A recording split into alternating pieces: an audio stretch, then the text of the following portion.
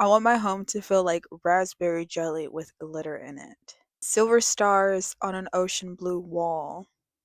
An old wood side table with a lampshade that has googly eyes on it, next to a pair of yellow rubber rain boots. And then I wrote water next to it.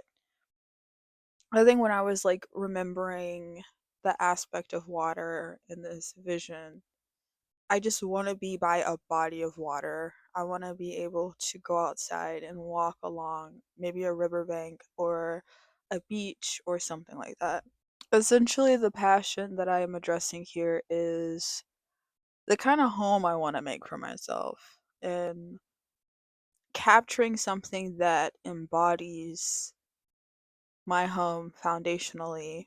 Some things that I wrote to help structure this visualization or this visual is what feeling am I looking for when I imagine my home, and what's being fulfilled, what is what is the self being allowed, and what actions can I take to achieve this, to accomplish this. And when I think of feelings, I think of like when I would watch Harriet the Spy and the visuals that they captured for that film.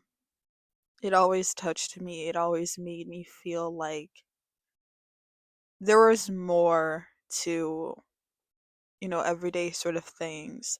There was a world that could be created despite the very surface level kind of way things are created. Like, one of the things I remember vividly is the color red from Harriet the Spy, and like she loved tomato sandwiches, and it was just like squishy redness everywhere that I see at the forefront of my mind. And like paints and how paint is squishy, and there's just so much texture. And I guess when it comes down to it, I just want my space to reflect basically a harmony between all senses: sight, taste, smell, hearing things. I guess the first thing I remember is like just the kind of music. Everything that can be engaging, I want it to be in my house, especially when it comes to thought. And something I just boiled it down to basically is allowing your house to have lore. Like, I think that visual aesthetics and everything is really fun, but at the end of the day, I think it's kind of like your room. If your room doesn't really reflect who lives in it, then it's kind of hard to enter into a world or like a mindset or whatever, like without effort. It's just so much harder to identify something that is yours when it doesn't have lore, when you don't have a story that works in conjunction to the item itself. Um, which I guess in a sense has it provides an artifactual kind of resonance with it, but it's more than that, right? I mean, it's lore. It has it has so much these things have so much information in correlation to your identity that it's just like I don't know how other way any other way to describe it other than that it just has lore. And that's what I think that I've been thinking about lately when it comes to making my own home. That it doesn't have to look perfect, that it doesn't have to appeal to a certain trend or has to necessarily be familiar in terms of stylization and the categories that we put certain furniture in or clothing or whatever. It just, I think that what makes it um, relevant is the fact that one, it has lore, but also anything that has lore in conjunction to you, especially in terms of your identity, it's always going to have a place in your house. It's always going to have somewhere to be. And it's always just going to make sense, whether that be visually or just in terms of like what that item means to you, what it does for you, how it works in conjunction to how you work, you know? And I think that's my biggest anxiety when it comes to creating a space that feels like me and that looks like me, is that I want things to look nice and aesthetically appealing because that's mainly how I follow through with most of my artwork and the way that the projects that I work on. At the moment, it seems nice. It seems fun. It seems like I could continue doing it. I can continue thinking within that perspective or workflow. And at the end of the day, it doesn't turn out that way because it doesn't have lore. There is nothing that is working in conjunction to who I identify as, and I can't really utilize, you know, that process, workflow, ideology, values, object, whatever it may be, when it comes to, future instances and occurrences. Like, for example, like trends. You can't just utilize a specific trend in the future. Like, it just doesn't really work because, for one, you've already decided to take on another trend from, that prior trend.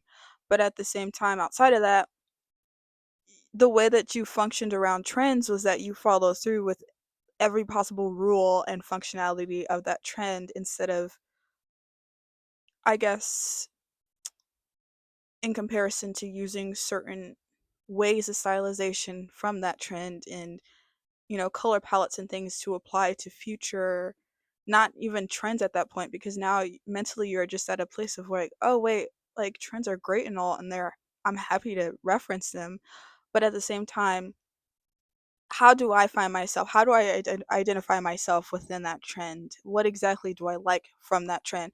This sort of instance of intentionality and actually cognitively and presently understanding why you feel so intrigued by something or an idea or some visual. Like, there are things to be taken away from what we experience, not that we have to consistently apply that same experience to every instance of other experiences that we have in our lives. You know what I mean? Um, which is so interesting because I was just reading Robert Greene's book, War, and the idea of war in and of itself is just so complex of an idea to apply to different circumstances that the book addresses. I definitely recommend Robert Greene. Um, I just like the way he thinks so much. But back to repeating experiences in the same structure, trying to apply the same rules and regulations and sometimes ideologies to other things that we experience in life, it doesn't really work. And that's why we become burnt out and tired and irritable, is because we try to use experiences from the past for future, circumstances. And it doesn't work that way because that's not strategy. And when you go into Robert Greene's book, he discusses strategy and how strategy isn't a set of rules or regulations in which to utilize all the time. Strategy is basically living within the present moment and using what you have to develop a way to approach your circumstance. It's literally more of a mental muscle than it is being knowledgeable or heavily informed of something. Oh, I just got goosebumps when I said that.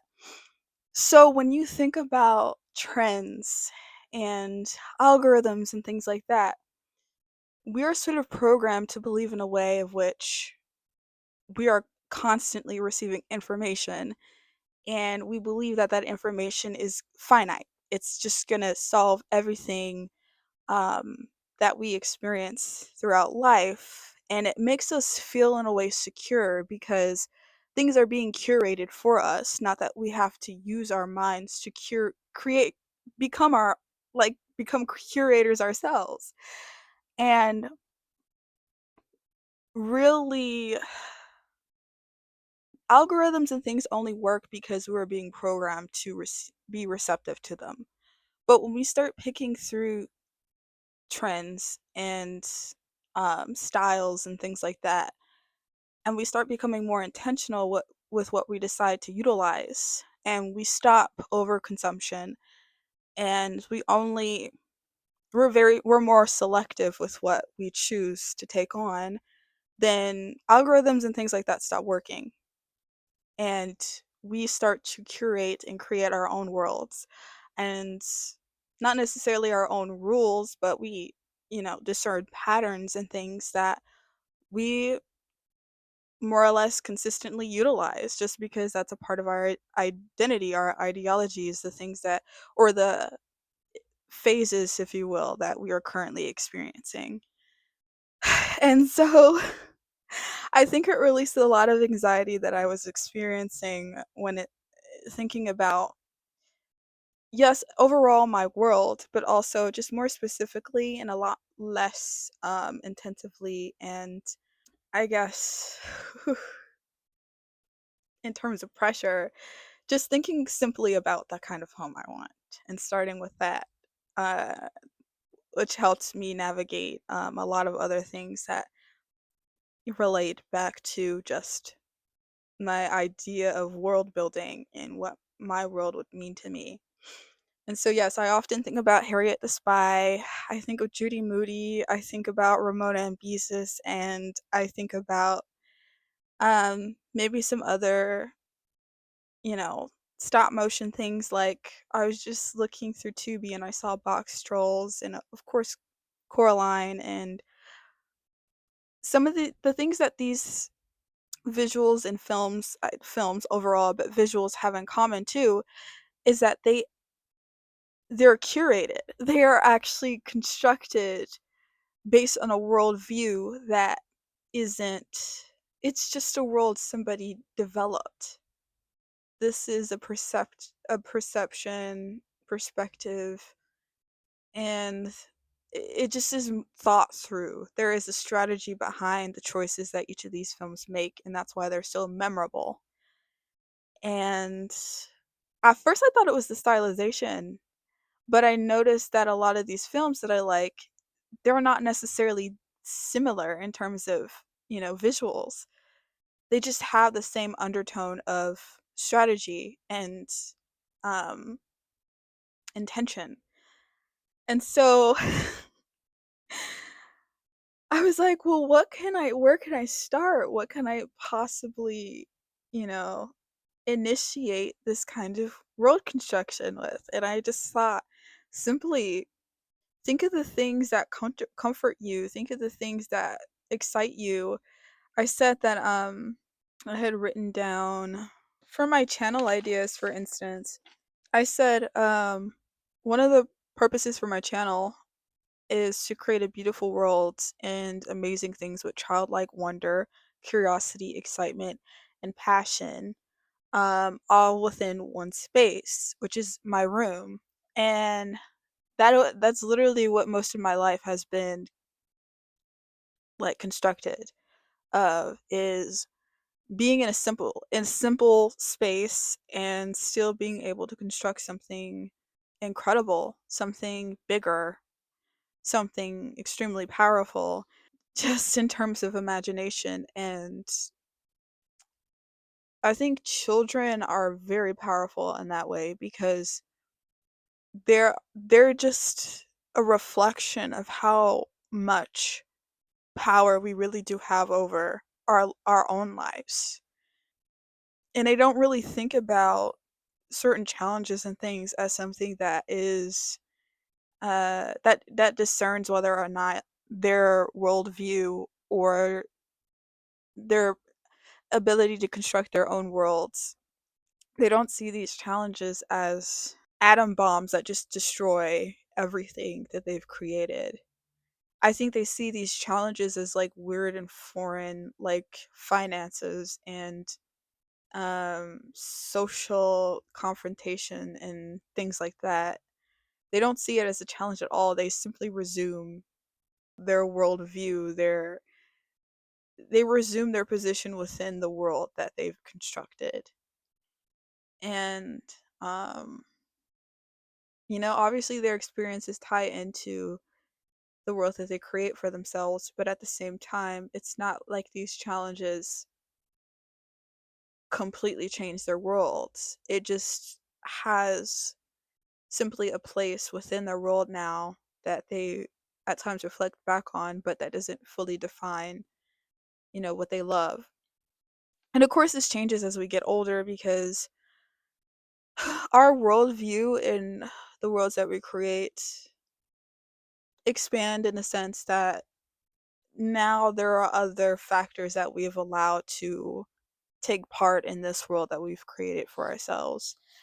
And it can go deeper than that. But I just want to focus on the home creation part and how you deserve your dream home full of lore, full of wonder, full of fantasy, full of possibilities. It's just in my mind, I know what home feels like. Vibrant colors, weird objects, artifacts laid around the room, books everywhere, old furniture, new furniture, windows, sunlight, rubber duckies. uh, what is it called? What are those bathtubs called? Um, with the feet, foot tubs. I don't know. Um, raincoats, blue window seals, like book window seals with padded pillows. Like I could just vomit everything that I want in my house, my home. And yeah, I think I have some questions written down to help me navigate um through this. And one of them is like, why did you choose that setting? And the first entering statement I mentioned near the water, and like I have this visualization of yellow rain boots next to either front or back door, I believe back door, in a kitchen. And I was like, huh, why did I choose that setting? And I think it's really just because, I feel like for most of us, kitchens have represented being providing nutrients and substance and being rejuvenated. And food does present a sort of excitement and obviously dopamine if you want to take it that far, but it really is just a revitalization of long walks and then coming back home and eating a good hearty meal. And it's just like this comfort and warmth, obviously through the oven or whatever. And for me, I imagine this body of water that I discussed earlier, either a river, ocean, whatever, like at the back near my kitchen, and like being able to walk, from out from the kitchen where I'm like baking or cooking something on the stove or in the oven, and walking outside for a bit, taking a little walk, then walking back to my house and resuming cooking or, eating the meal, and looking out the window from like I'd imagine the dining area is either in the kitchen or near the kitchen or something. And the emotions that you have there are like obviously hunger, but in conjunction with hunger, there's the relief of you're going to eat. And that presents security to me. Is this, you could have the challenge of hunger or challenges in general, but still be able to confide in a space that will always present substance. It will always feed you. You are safe. You will have the things that you need. And I guess in conjunction with the body of water, water to me is this kind of calm and this peace and this invitation to reflect and to be clear of mind even if you wish to. It just has these different kind of options available to you in terms of like Is peace right now reflection? Is peace right now just silence?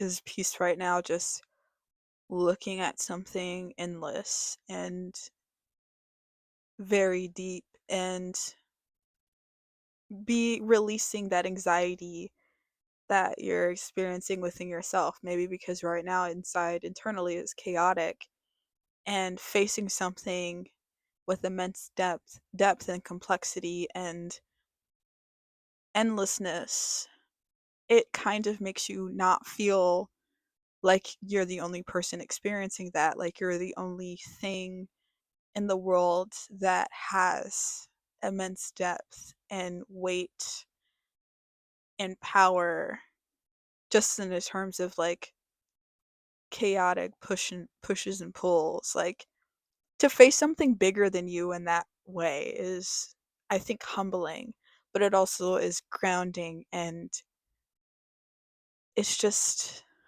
it makes you stop because you're like, I really don't understand myself sometimes, but there are things in this world that I just can't, I can touch, but there, I just, trying to fathoming it is just the amount of energy. And so now, like, when you think of trying to humble and not humble, but to figure yourself out and understand certain things, you're just in this point of like, oh, it's not that big of a deal. Like, just let yourself be yourself.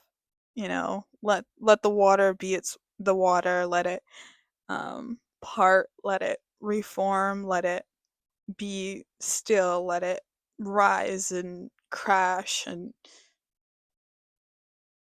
be chaos. But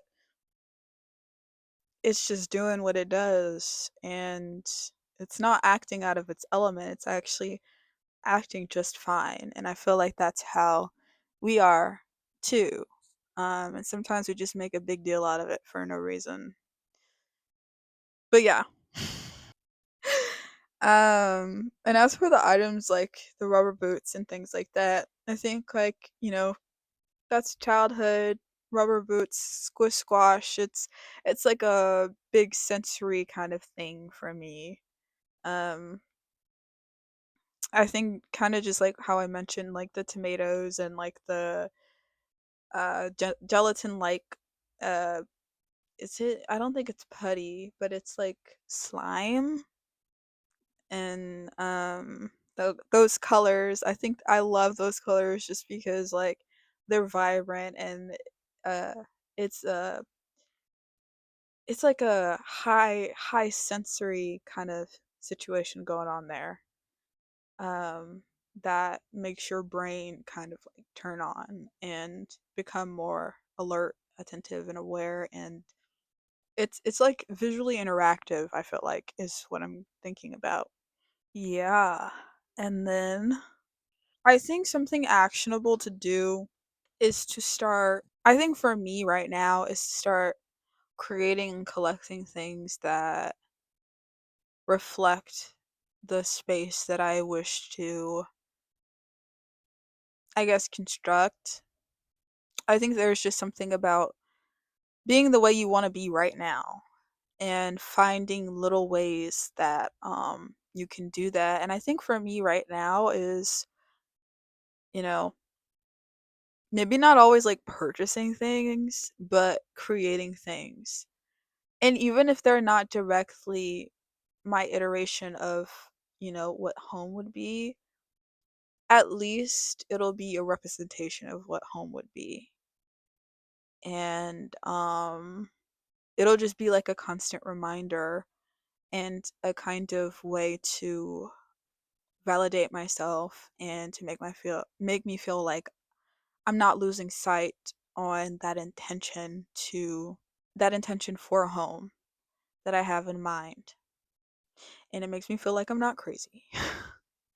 So even if I think that goes to say, like, even if things that you have or make or have an association with, even though they don't directly reflect what you want, I think that there can also just be a lore that, coincides with the things that we have.